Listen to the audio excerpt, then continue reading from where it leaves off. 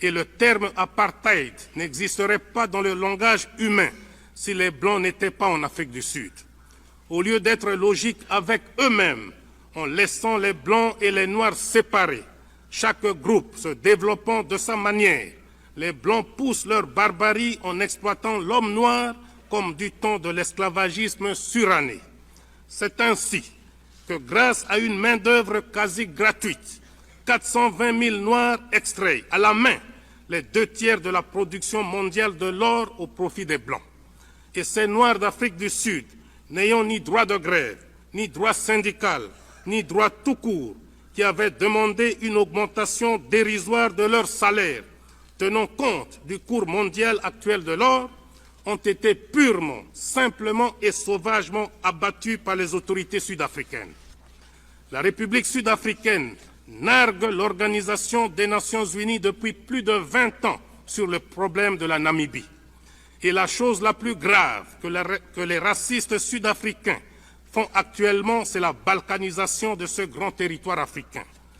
Face à ce complot contre l'Afrique indépendante, 3 pays les plus directement visés essayent de coordonner leurs efforts afin d'assurer d'une part leur propre sécurité et d'autre part afin que les pays actuellement occupés soient libérés.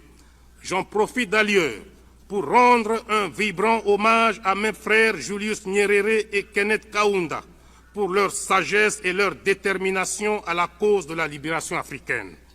La mise en commun de nos moyens dans le cadre d'une conférence tripartite permanente permettra, j'en suis convaincu, la création d'un axe de dissuasion Kinshasa-Lusaka-Dar es Salaam.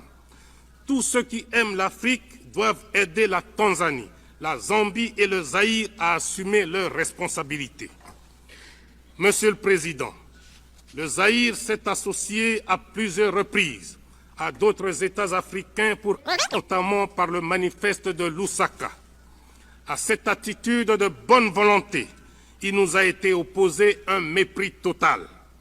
Aujourd'hui que nous avons la stabilité politique, économique et sociale, nous ne pouvons nous sentir heureux chez nous tant que nos frères d'Angola, de Mozambique, de Zimbabwe, d'Afrique du Sud et de Namibie ploient encore sous le joug des colonialistes portugais, des colons britanniques de Rhodésie et des racistes sud-africains.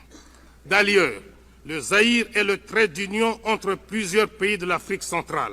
Ne diminue jamais ta valeur pour attirer l'attention de quelqu'un. Reste fidèle à toi-même. La bonne personne t'aimera pour qui tu es vraiment.